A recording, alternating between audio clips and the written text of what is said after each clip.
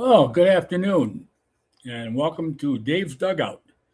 Sorry I'm a little late. I said I'd be on at 4 p.m. today, but softball friend, ball player showed up and bought one of my books, and he bought a mug. So we had a long conversation as he looked through my little museum here, and we talked about a lot of stuff and little memories of Hoyt Park and things like that.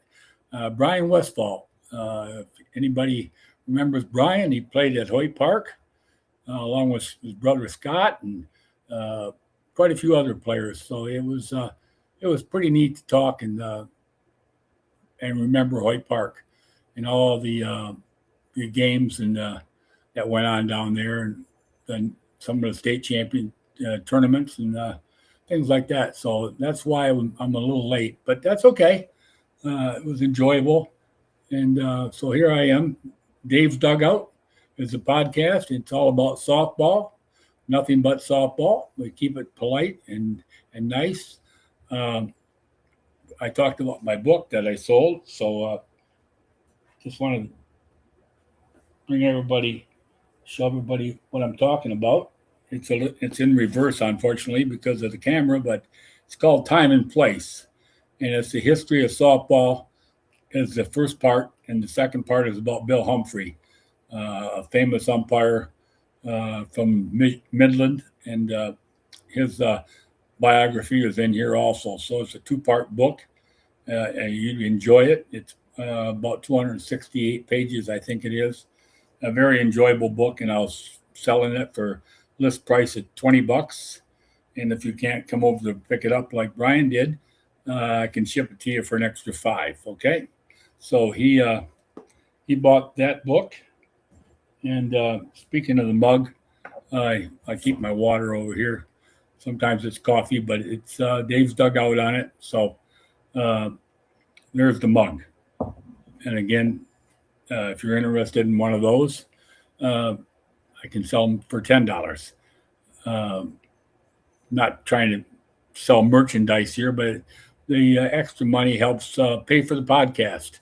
Okay, because not everything's free like you think when it comes to a podcast. There's a lot of things that you got to take care of before you can go on the air, and then you're paying for that too. So this is a live broadcast.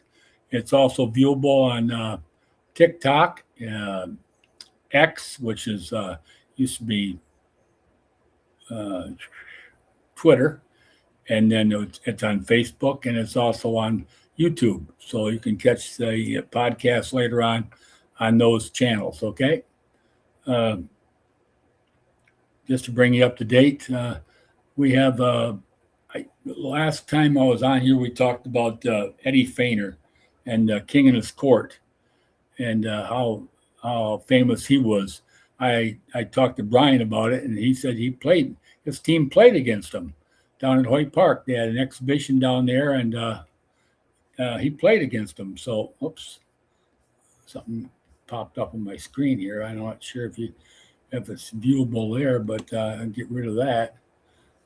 Okay, so but he played against them, and that's pretty remarkable. He said they all went to the Scottish Inn afterwards, and had quite a few beers, and they it was pretty enjoyable.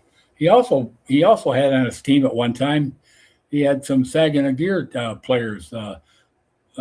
He had Marcel Como, DeRozier. Uh, Trying to think who all he named three or four other ones. I can't recall them right now, but they played softball. And they played softball for quite a while down there. So it was kind of neat to talk about that. I think I'm going to get Brian and maybe his father here for an interview someday, and that'll be kind of enjoyable. So I just wanted to bring you up to date as far as what went on today. But today I'm going to talk about the Queen Inner Court, and there's a program that was put together here in town when the Queen Inner Court uh, played like the like the King Inner Court. Only I didn't realize this, but the Queen Inner Court she had men playing with her. So the four that put together, there was uh,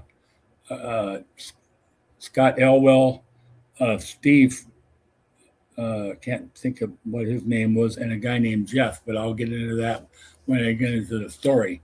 But Rosie Black was tremendous. She could do the same things that Eddie Feiner could do. She pitched blindfolded, and she pitched behind her back, between her legs, and threw all the different kind of pitches.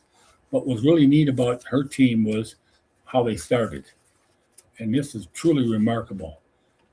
They were just kids when they started, okay, just kids. Uh, there was Karen, who was 5. Think about that, 5. Rosie was 12. Vicky Lawson was 12. A lot of chatter. Now, that was the first baseman for years, was only 10. And Eileen was 8. Now, they started in 1964 at those ages, okay? At those ages, she was that good. And so they became really famous in 1965 when they started to tour the country a little bit and show off their exhibition styles. And to think they started out at that age.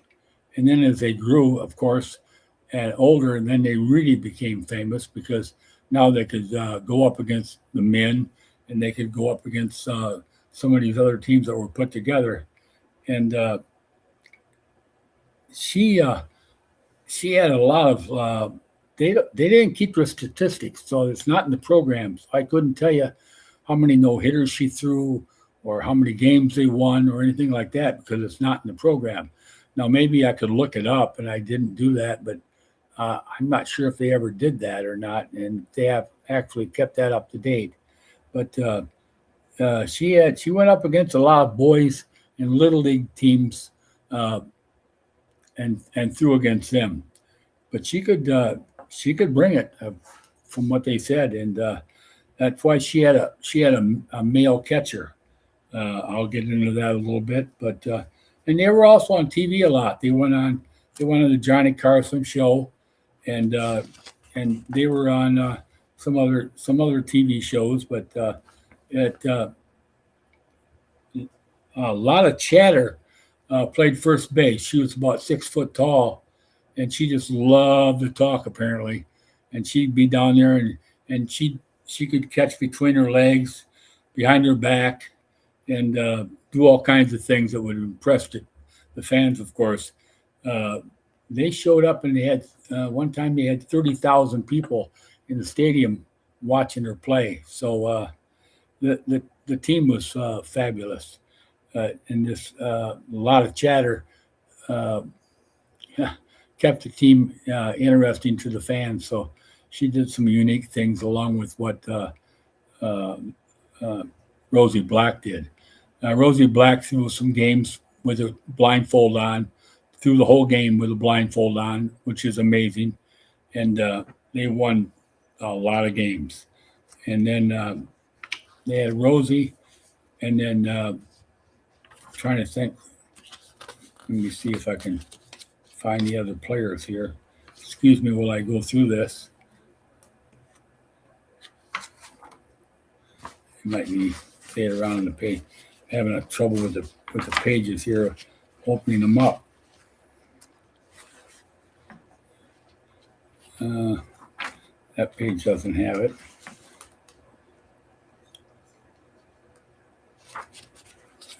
Uh, Doug Arnett was the catcher. Okay, Doug Arnett was the catcher, and then they had another male out in the playing shortstop, and that was Scott. Okay, so you had Arnett and Scott as the men. So along with Lotta, so that was how the team was made up. Uh, I guess they couldn't find a good female catcher, from what the program said that could catch Rosie. So they got this guy and Jeff, and he was the one that was the catcher. So That's interesting. Scott was the shortstop. He was about 6'4", and he was really good, and he could hit the ball, and so I think that helped him be the kind of guys that the team that could beat everybody else. So that's the story on the Queen and her court. I thought that would make an interesting story for today. I'm not going to have a long podcast today because of the time constraint and the time that I'm allowed to have a podcast. So that's what this is all about today. I hope if you found this enjoyable. My eighth one, and we'll talk about something else Monday. All right, my next podcast will be Monday, and I'm still going to try to line up some interviews. So it'll be interesting. Not going to tell you what we're going to do Monday, but I'll have something, and we'll make it very interesting. So you have a great day, a great night, and thanks softball. Thanks spring. Getting closer. Okay? Have a great day. Bye.